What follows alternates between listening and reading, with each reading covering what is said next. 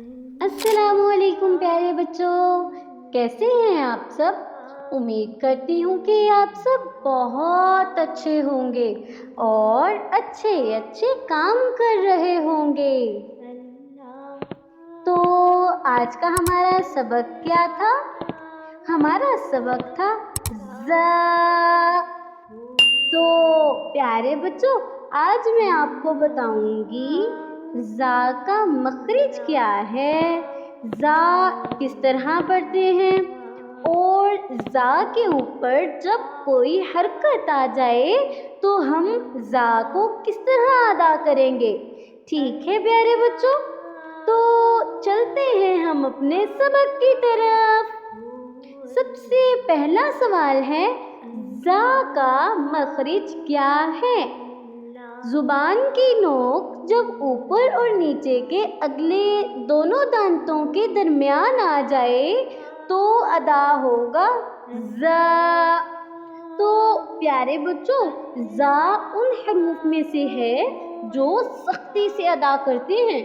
ठीक है प्यारे बच्चों, तो अब मैं आपको बताती हूँ कि ज़ा के ऊपर जब कोई हरकत आ जाए तो हम इसको कैसे पढ़ेंगे।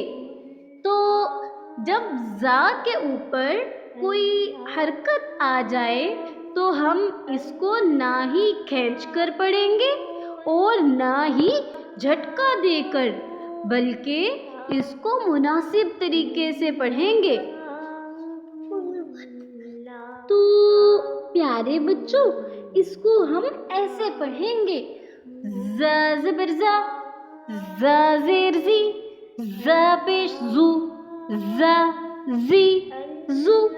ठीक है प्यारे बच्चों, और अब मैं आपको बताती हूँ कि ज़ा के बाद अगर हरूफ़े मद्दा में से अलिफ आ जाए तो हम इसको कैसे पढ़ेंगे।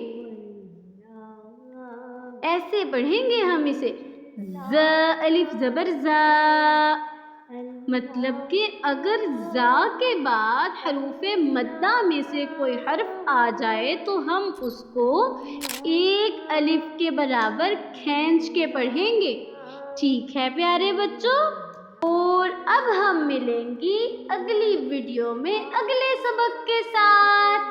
तब तक के लिए मुझे दे इजाज़त। प्यारे बच्चों, अपना बहुत ख्याल रखिएगा। अल्लाह हाफिज़ प्यारे बच्चों।